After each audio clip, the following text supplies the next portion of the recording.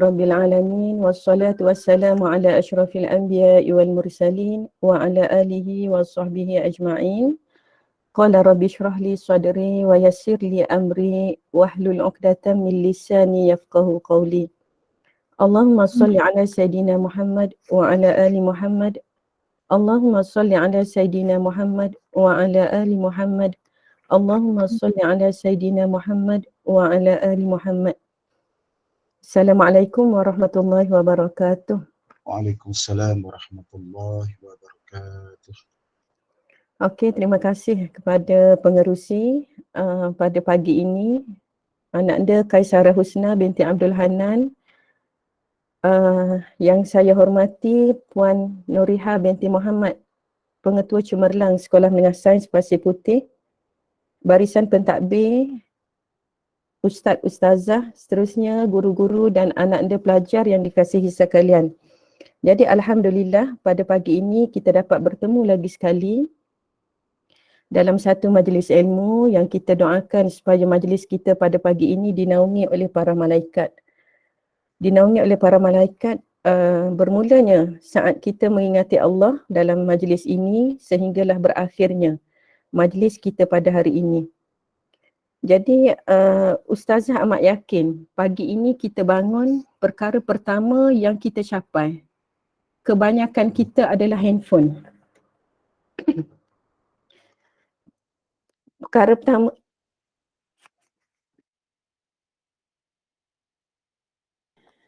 okey, kebanyakan kita benda pertama yang akan kita capai pada pagi, setiap pagi kita bangun adalah handphone. Yang pertama, kenapa kita nak tengok handphone? Kita nak tengok mungkin mesej malam tadi yang kita hantar sudah ada reply-nya. Ataupun sekiranya mungkin cikgu-cikgu dalam urusan kerja, dalam urusan berurusan dengan pelajar-pelajar. Ataupun pentadbir dengan urusan pentadbirannya. Jadi kita akan tengok mungkin malam tadi saat kita pejam mata malam tadi, kita habis mesej ataupun kita habis buat sesuatu, kita tutup dan kita mengharapkan ada satu balasan pada pagi ini. Begitu juga anak-anak pelajar. Mungkin dalam dunia sekarang, semalam ataupun malam tadi, anak-anak up status ataupun up gambar apa sahaja di media sosial dan mengharapkan pada pagi ini berapa ramai like, berapa ramai viewer. Dan itu adalah satu perkara yang kita tak boleh nak elak pada zaman media sosial ini. Tapi bagaimana perasaan kita kalau kata malam tadi kita mesej dekat kawan kita dan kita bangun pagi ni kita tengok handphone ada blue tick tapi masih belum ada reply. Kawan kita belum menjawab apa-apa tapi kita tahu dia sudah membaca. Bagaimana kalau malam tadi kita mesej kepada cikgu kita tapi cikgu kita belum reply, belum menjawab. Pasti ada satu perasaan dalam diri kita yang pertama, kita akan rasa salahkah apa yang aku buat tadi? Kalau kita mesej dengan cikgu, salahkah ayat yang kita karang dalam mesej tadi? Kalau kita hantar tugasan kepada cikgu, cikgu masih belum reply, kita akan terfikir, salahkah tugasan yang kita hantar tadi? Dan sekiranya kita bermesej dengan rakan-rakan, dengan kenalan kita, saat ada blue tick itu, ataupun kita tengok, oh mesej ni dah read tapi belum ada apa-apa respon, kita akan ada satu perasaan iaitu perasaan risau, perasaan bimbang dan juga akan timbul detikan-detikan perasaan yang negatif. Kerana kita mengharapkan apabila kita menghantar sesuatu, orang akan membalas. Apabila kita telefon, orang akan mengangkat dan terus menjawab apa sahaja yang kita nak bicarakan. Tapi sebenarnya dalam kehidupan ini dia tidak begitu. Rupa-rupanya tak semua apa yang kita hantar, apa yang kita harapkan itu tidak sama. Jadi ada kalanya mesej yang kita hantar itu tidak berjawab atas beberapa sebab. Sebab yang pertama mungkin dalam keadaan sibuk. Sebab yang kedua, kalau guru dapat tugasan daripada murid, mungkin belum masanya untuk cikgu tanda dan belum masanya untuk cikgu semak. Masih dalam proses semakan. Jadi begitulah. Dan mungkin ada juga di kalangan kita yang menghantar kepada kenalan kita, tapi dalam keadaan itu kenalan kita dalam keadaan sakit hati, dalam keadaan sedih, dalam keadaan tak nak berkomunikasi dengan kita. Jadi perasaan itu sebenarnya anak-anak pernah dilalui oleh Rasulullah sallallahu alaihi wasallam. Jadi ustazah nak kaitkan hari ini adalah dengan satu surah yang sangat cantik. Satu surah yang kebanyakan daripada kita sudah hafal, kita ingat dan kita baca. Surah Ad-Duha. Okey, surah Ad-Duha adalah ayat daripada Allah, kata-kata daripada Allah. Apabila kita berdoa, anak-anak, kita sedang berbicara dengan Allah. Kita kena ingat, apabila kita berdoa, kita berbicara apa hajat kita kepada Allah. Tapi saat kita membaca Al-Quran, saat kita memahami ayat-ayat Al-Quran, percayalah saat itu Allah sedang berbicara dengan kita. Dan bicara Allah dengan kita bukanlah sama bicara hamba dengan hamba. Dan perasaan itu saat Rasulullah SAW menerima wahyu dalam beberapa tempoh yang tertentu. Ayat ini adalah ayat Makkiyah. Namun akhirnya terputus wahyu hampir 6 bulan. Rasulullah SAW berada dalam keadaan sangat gelisah apabila tiada lagi utusan wahyu daripada Allah. Allah sudah tidak lagi mengutuskan wahyu. Allah sudah tidak lagi berbicara dengan Rasulullah dan para sahabat dan umat Islam. Timbul satu detikan rasa dalam hati Rasulullah, apakah aku tidak lagi menjadi Nabi? Apakah aku tidak lagi disukai oleh Allah? Perasaan itu datang kepada Rasulullah SAW sebagaimana perasaan itu sampai kepada kita hari ini apabila kita mengharapkan sesuatu tapi tidak ada apa-apa balasan. Jadi apabila Rasulullah SAW ni setiap kali menerima wahyu, kita tahu wahyu itu turun secara berperingkat. Kenapa turun secara berperingkat? Yang pertama adalah untuk menguatkan hati umat Islam, menguatkan hati Rasulullah, memberi ketenangan kepada Nabi. Dan kenapa sampai secara beransur-ansur, satu demi satu, itu adalah tanda cinta Allah kepada Nabi. Kalau kita sayang dekat seseorang, kita tak akan karang satu sajak yang sangat panjang setebal buku teks. Kita berbicara dengan dia setebal buku teks dan kita akan hantar dia sekaligus. Tapi kita akan rilis satu demi satu, satu demi satu. Itu adalah tanda bukti cinta supaya orang itu akan tertunggu-tunggu. Dan kalaulah kita ni ada kekasih, ada kekasih hati, kita akan hantar. Hari ni kita akan hantar good morning. Dia pun reply good morning. Kita pun suka. Petang kita reply pula. Kita tak akan kata good morning, good evening, good night dan seterusnya. Begitulah bicara Allah dengan Nabi. Satu demi satu dilepaskan kepada Rasulullah dan para sahabat dan Nabi akan membacakan wahyu ini pada setiap malam kepada sahabat. Sehinggalah apabila wahyu ini tidak sampai, orang Arab Quraisy sangat gembira. Arab Quraisy ni dia kata, dia mula mengejek Rasulullah SAW. Apa yang disebut oleh Ummu Jamil. Okey, Ummu Jamil ni anak-anak, Ustazah nak ambil satu kata-kata dia, jangan kita ikut kata-kata yang menjatuhkan hati seorang insan yang tengah gelisah. Tapi inilah perangai musyrikin, perangai orang kafir. Jadi Ummu Jamil ni adalah isteri Abu Lahab. Saat dia tengok tiada lagi berkumpul umat Islam untuk mendengar wahyu, sebab dah tak ada dah wahyu. Sampai 6 bulan, apa kata Ummu Jamil? Dia kata, inna syaitana qad tarakat wa wadda'at. Teruk, sangat teruk kata-kata ini. Inna syaitan qad tarakat wa wadda'at. Sesungguhnya syaitanmu telah meninggalkanmu. Jadi apabila dengar perkataan itu, Rasulullah SAW semakin down.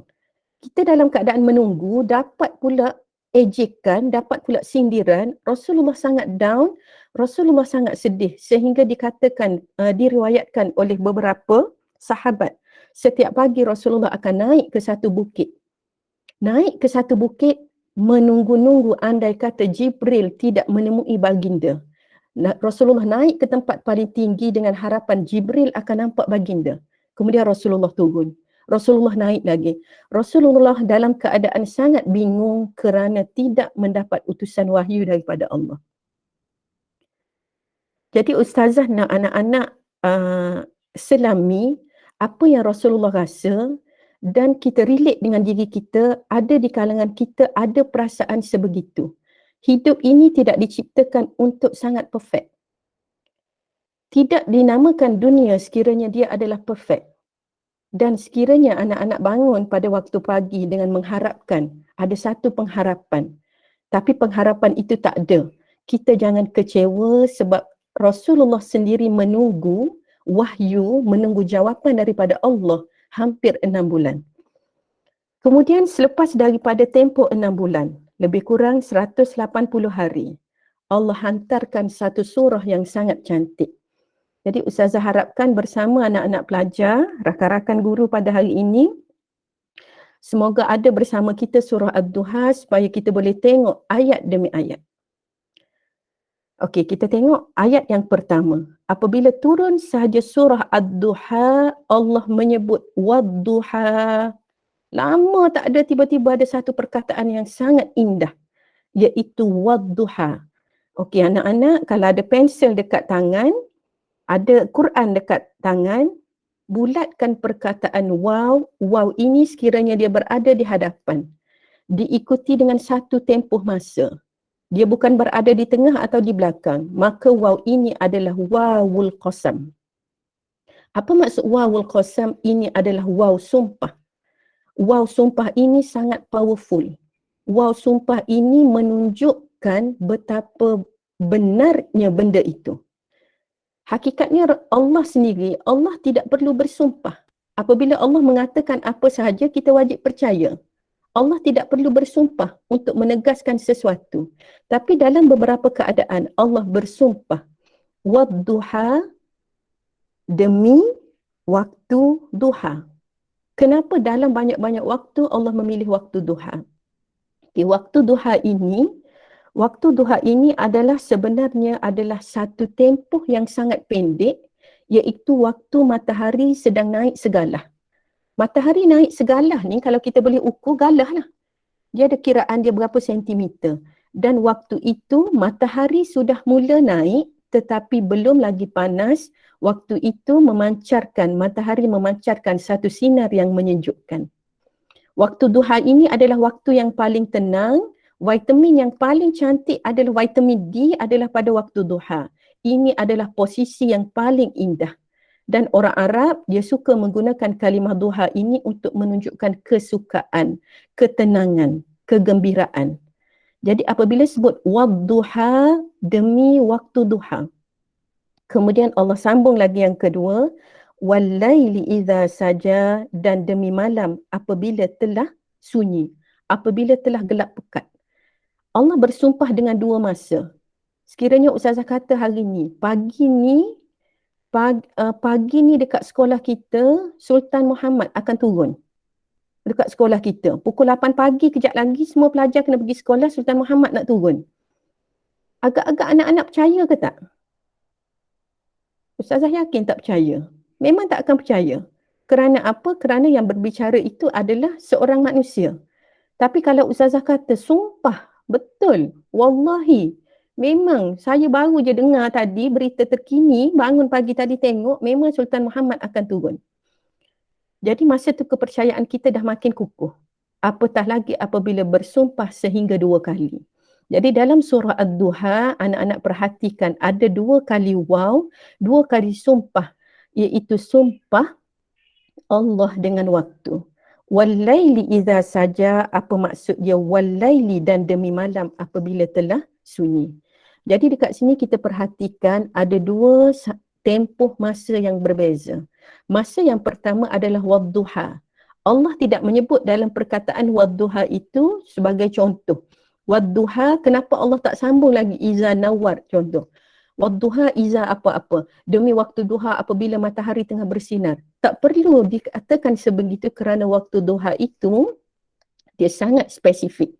Kalau kita tengok waktu duha ini adalah selepas waktu syuruk, waktu naik matahari, waktu tamat waktu subuh, iaitu lebih kurang 15 minit. Jadi apabila Allah menyebut wadduha cukup komplit, cukup dengan satu perkataan, tetapi apabila Allah sebut wallaili idza saja, Allah menyambung lagi pada dan demi waktu malam apabila telah sunyi. apabila telah gelap pekat, kerana tempoh malam itu sangat lama. Sebab tu disebut beberapa kali kalau waktu malam tu ada 2/3 malam, ada 1/3 malam terakhir. Kalau selepas isyak kita turun daripada surau ke, daripada lepas isyak kita masih nampak jalan, masih ada lagi bayang-bayangan. Tetapi ada satu saat di waktu malam itu memang gelap pekat, memang tak nampak apa-apa. Jadi apabila Allah menyebut bersumpah dengan dua tempoh masa ini, jadi Nabi berasa sangat lega. Yang pertama, wadduha, itu adalah tanda ketenangan, tanda kegembiraan, tanda keseronokan. Apabila Allah menyebut walaili iza saja, Nabi memahami bahawa dalam hidup ini tak selamanya tenang. Akan ada satu saat kita berada dalam keadaan yang sangat gelap. Dalam keadaan kita sangat blank, kita tak nampak apa-apa. Kalau anak-anak tengah belajar, akan ada satu topik. Kita akan berhadapan, memang kita gelap, memang tak boleh nak nampak. Hafal tak ingat, tanya tak faham, berguru pun tak faham. Itu adalah satu proses yang biasa. Begitu juga dalam kehidupan kita manusia, ada kalanya kita sangat stabil, ada kalanya kita sangat gembira. Tapi ada satu saat dia umpama satu malam yang sangat gelap, satu malam yang sangat pekat, yang kita tak nampak apa-apa, tak ada orang yang boleh bantu kita. Kita akan stuck dalam kehidupan. Itu adalah normal kerana hidup ini tidak diciptakan untuk sempurna. Ustazah nak anak-anak set dalam kepala, jangan mengharapkan kesempurnaan. Apabila kita mengharapkan kesempurnaan, kita akan stres. Kerana yang sempurna hanyalah apabila kita berada di satu tempat, iaitu berada di syurga. Dalam hidup ini apabila kalau hari ini makan ayam, mungkin tengah hari kita makan ikan kering. Kalau hari ini kita boleh makan buah, dia tak boleh nak makan buah, mungkin esok akan datang buah apple kepada kita. Begitulah kehidupan kita. Dan hari ini kita gembira, semua kawan menyenangi kita, sampai satu masa akan ada orang tidak menyenangi kita. Itulah kehidupan. Allah umpamakan, umpama malam dan siang. Okey, Ustazah sambung lagi. Ayat ketiga. Okey, ayat ketiga ini adalah bicara khusus dengan Nabi Muhammad. Apabila Nabi dalam keadaan gelisah, ma wadda'aka rabbuka wa ma qala, Tuhanmu tidak meninggalkan engkau wahai Muhammad. Tuhanmu tidak meninggalkan engkau dan tidak pula membencimu. Dalam bahasa Arab, apabila sebut perkataan tinggal, dia ada dua istilah. Macam kita kalau English lah, kita ada see. Kalau kita lihat tu see, ada look.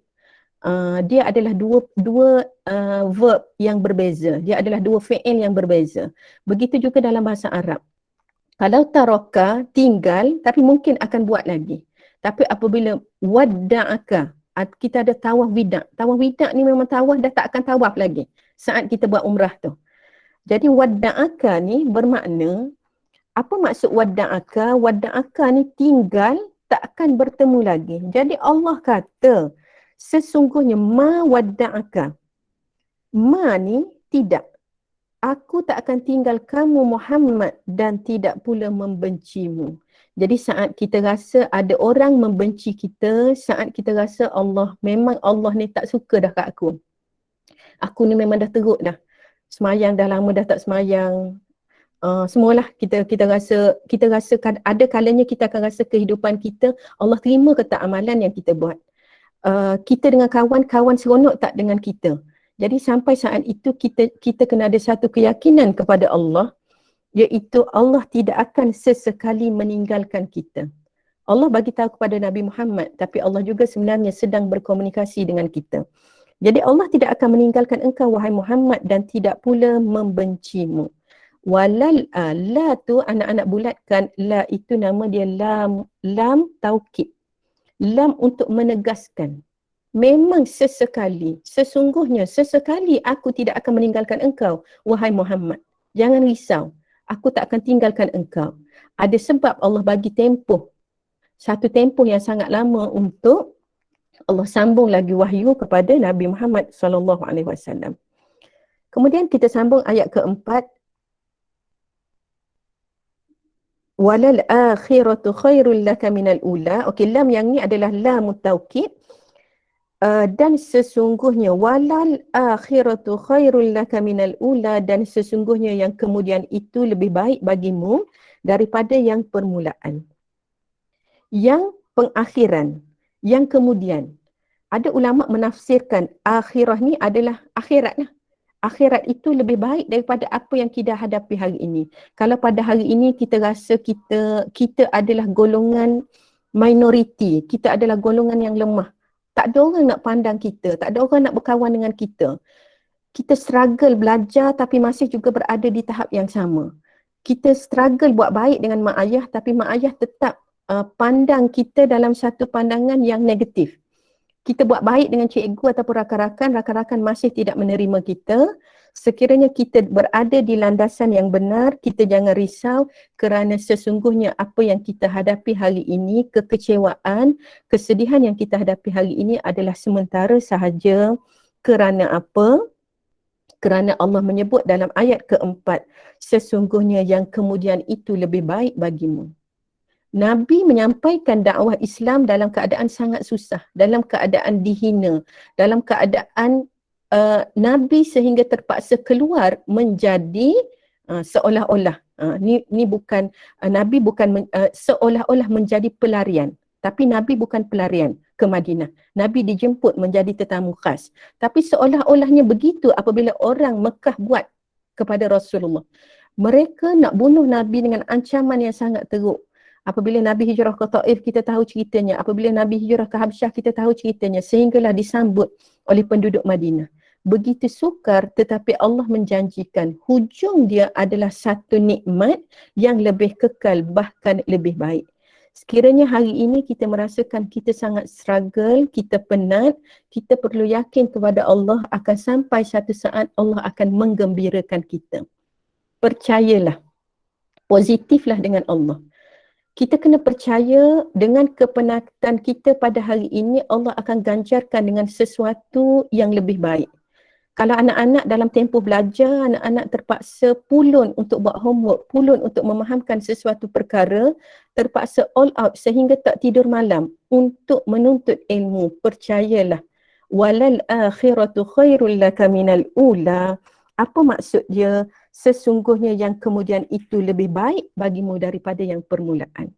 Kita nak dapat tempat yang selesa, nak dapat universiti yang terbaik. Kita nak fight untuk scholarship. Kita tak nak belajar dalam negara, kita nak luar negara. Pasti usaha kita adalah berkali ganda lebih berbanding orang yang biasa-biasa. Kalau orang biasa tidur pukul 10 malam, orang yang struggle dia boleh tidur sampai pukul 2-3 pagi sebab dia ada satu visi yang sangat jelas. Dia tahu Allah akan menjanjikan. Dia tahu dia cuma penat sebentar. Kalau anak-anak SPM cuma penat dalam setahun atau 2 tahun.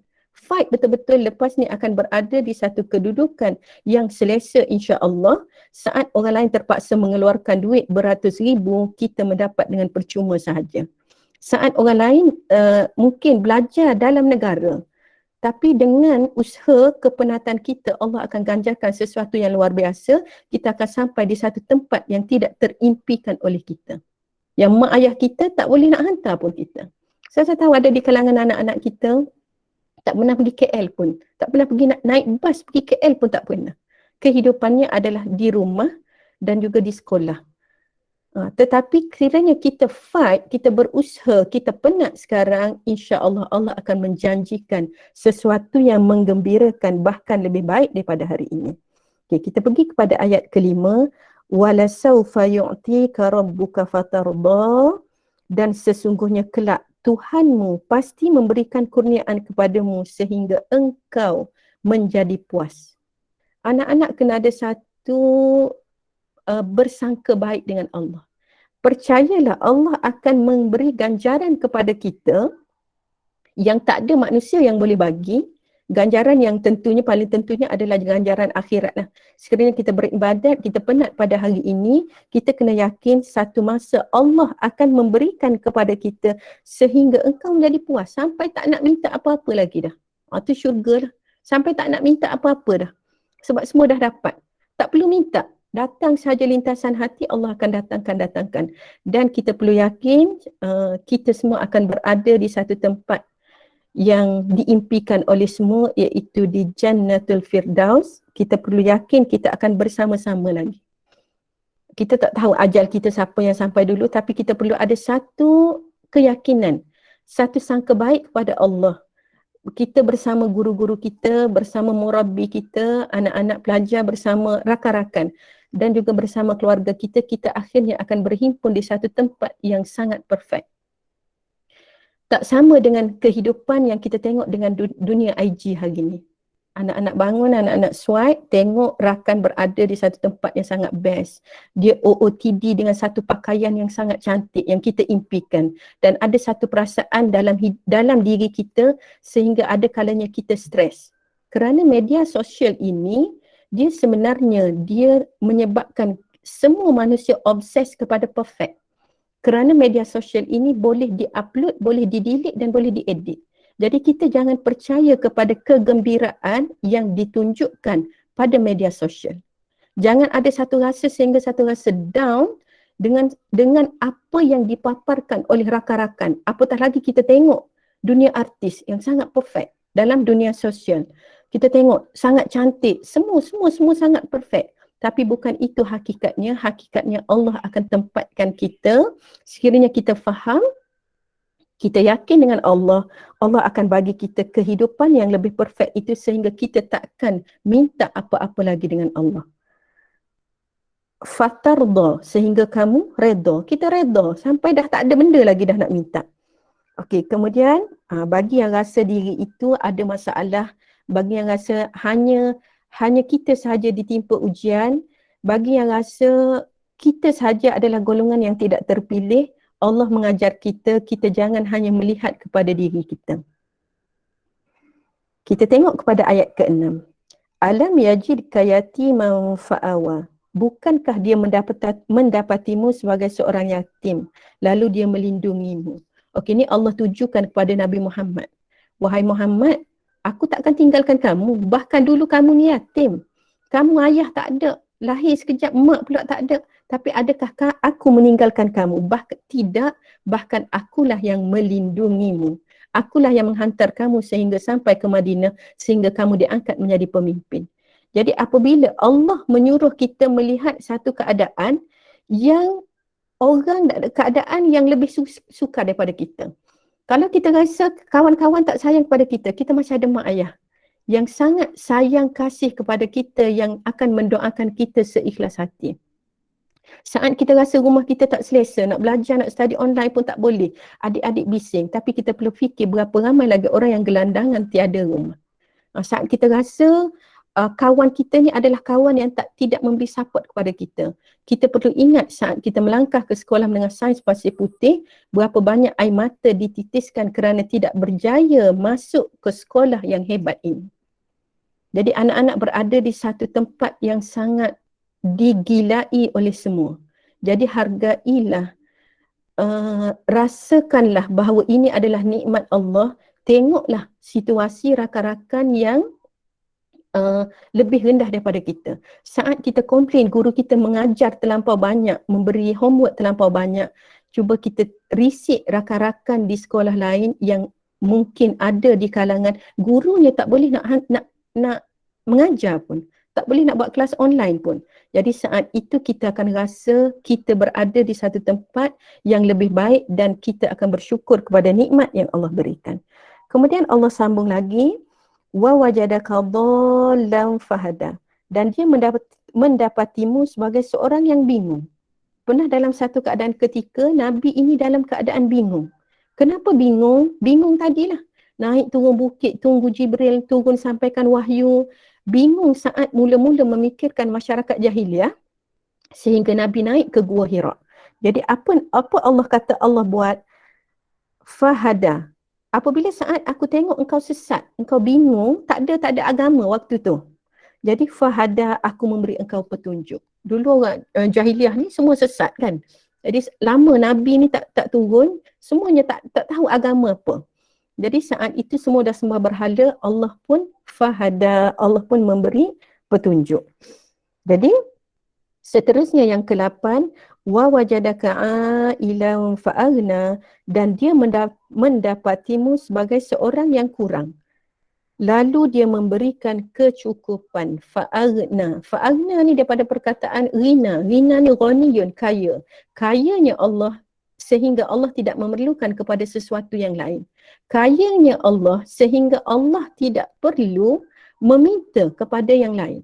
Ini adalah sifat kaya sebenar. Kalau hari ini kita rasa kita kaya, tapi kita masih pergi jumpa doktor untuk rawat gigi kita, masih pergi jumpa mekanik untuk betulkan kereta kita, kita masih belum kaya. Dan hakikatnya tak ada orang yang kaya di dunia ini. Kerana walaupun kaya, kita masih memerlukan orang. Kaya yang sebenar adalah kaya sehingga tahap tidak memerlukan kepada sesiapa, iaitu hanya satu kuasa besar, iaitu Allahu Ghaniyun. Allah Maha Kaya. Jadi apabila kita mempunyai kekurangan, maka percayalah, anak-anak kena pegang ayat ni, fa'arna wa wajadaka a'ilan fa'arna, apabila kita mempunyai kekurangan, yang akan mencukupkan kita hanyalah Allah. Jadi jangan mengharapkan yang mencukupkan kita adalah like di media sosial, viewer di media sosial, kita akan rasa stres, tertekan, dan jangan kita mengharapkan orang untuk memuji atau appreciate kita. Cukuplah kita mendapat redha daripada Allah.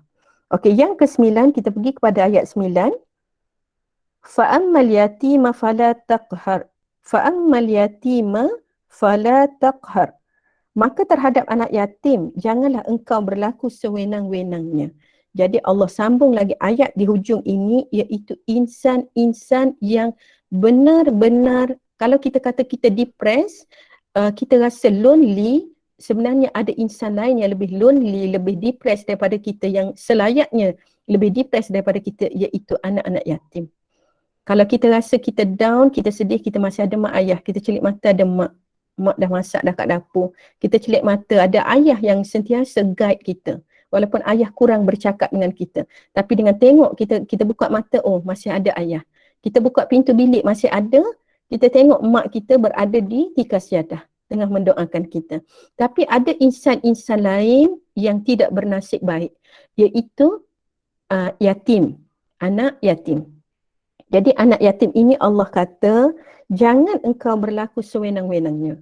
Jangan buat ikut suka kamu. Jangan bercakap ikut suka kamu, sebab keadaan jiwa anak yatim ini sangat rapuh. Kerana anak yatim ini dia mengalami satu kehilangan yang sangat besar. Dan Allah uji dulu Nabi Muhammad dengan menjadi yatim supaya akhirnya Nabi memahami rasa anak yatim kerana Nabi sendiri pernah mengalaminya. Betapa sunyinya kalau kita rasa lonely lagi anak yatim. Kalau kita rasa tak ada tempat nak bergantung, semua orang dah tak dengar kita. Kita semua orang dah tak percaya dekat kita. Semua orang tak nak dengar pendapat kita. Tetapi anak yatim bahkan lebih-lebih lagi, dan Allah ulang, Allah kata fala taqhar, jangan berlaku sewenang-wenangnya.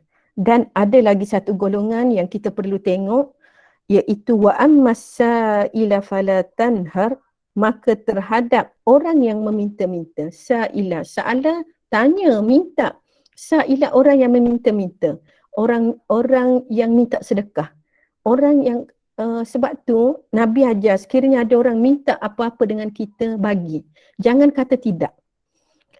Walaupun kalau kata orang minta duit, kita cuma ada RM10, bagi RM1. Jangan kecewakan, sebab Allah hantar dia kepada kita bersebab. Allah hantar dia kepada kita. Mungkin pelajar ada kawan tanya kita tentang sesuatu yang dia tak faham. Kenapa daripada ramai-ramai dia tak tanya kawan lain, tapi dia tanya kita. Allah hantar dia bersebab. Untuk orang yang meminta-minta ini, janganlah engkau mengherdiknya. Jangan kata, oi ni pun tak faham. Oh ni pun tak boleh. Oh ni mudah, ni sebab tak masuk kelas lah ni. Okey, apabila kita berlaku begitu, apabila dia meminta, terus tunaikan, jangan mengherdik.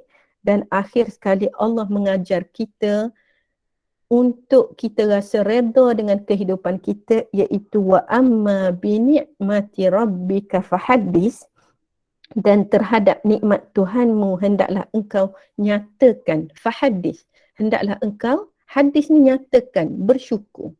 Jadi kita bangun pagi ni, yang pertama kita syukur kita masih boleh buka mata. Berapa ramai pagi ni bangun dekat ICU dah tak ada dah. Berapa ramai pagi ni bangun-bangun dah berada di alam barzah. Tapi nikmat yang paling besar, kita bangun pagi ni kita masih bernafas, kita sempat menunaikan solat subuh, Dan Ustazah amat yakin semua yang ada pada hari ini adalah yang dipilih oleh Allah untuk mendapat nikmat yang sangat besar, yang luar biasa daripada Allah, insya-Allah. Jadi berdasarkan surah-surah ini tadi, Ustazah nak simpulkan daripada surah Ad-Duha, Ustazah nak simpulkan bahawasanya Allah itu tidak pernah meninggalkan kita. Yang kedua, kasih Allah kepada kita lebih lagi kasih ibu bapa kepada kita. Kasih mak ayah dia dah kasih dah, tapi Allah lebih mengasihi kita. Jadi Ustazah nak akhiri tazkirah Ustazah pada hari ini dengan satu kata-kata daripada Sufyan As-Sauri. Sufyan As-Sauri ni adalah ulama.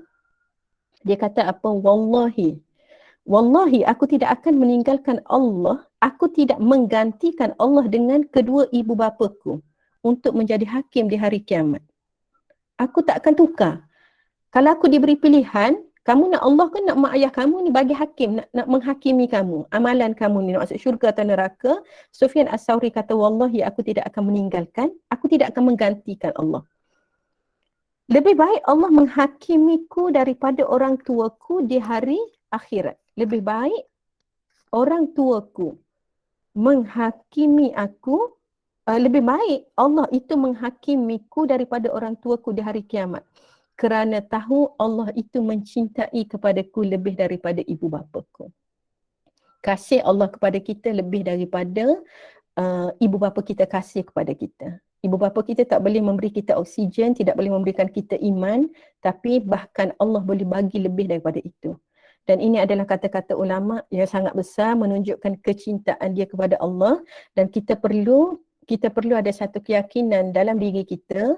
Ustazah nak buat satu perumpamaan begini, sekiranya ada orang bawa lari kita ke mana-mana, tiba-tiba kita tengok adik kita kena colek, naik bas, kita pun tengok kita nak kejar, lepas tu kita pun terpandang, oh rupanya ayah kita bawa adik kita. Jadi apa kita nampak ayah kita mungkin bawa adik kita dengan kereta baru, kita tak perasan, kita ingat pencolek, jadi kita tengok ayah kita akan rasa satu perasaan lega, kita tak akan kejar lagi. Kita akan percaya bahawa ayah kita akan jaga adik kita dengan jagaan yang sangat baik. Jadi begitu juga dengan kehidupan kita. Kita tak perlu risau dengan kehidupan kita kerana kita berada di bawah jagaan yang lebih baik daripada ibu bapa kita sendiri. Kalau dengan ayah pun kita dah rasa tenang, dengan ibu pun kita dah rasa tenang, apatah lagi kehidupan kita ini semuanya telah diaturkan oleh Allah start daripada kita lahir sehingga kita meninggal. Jadi kita perlu positif dengan Allah, perlu bersangka baik dengan Allah. Yakinlah Allah akan menjaga kita dengan sebaik-baik jagaan.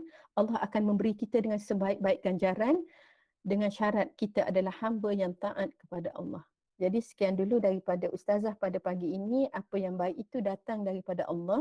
Segala kekurangan dan kelemahan itu datang daripada diri Ustazah sendiri. Maaf Ustazah ambil masa lewat sikit. Wabillahi taufiq wal hidayah. Wassalamualaikum warahmatullahi wabarakatuh. Waalaikumsalam warahmatullahi wabarakatuh. Terima kasih Ustazah atas perkongsian sebentar tadi. Seterusnya dijemput Encik Asri bin Yusuf.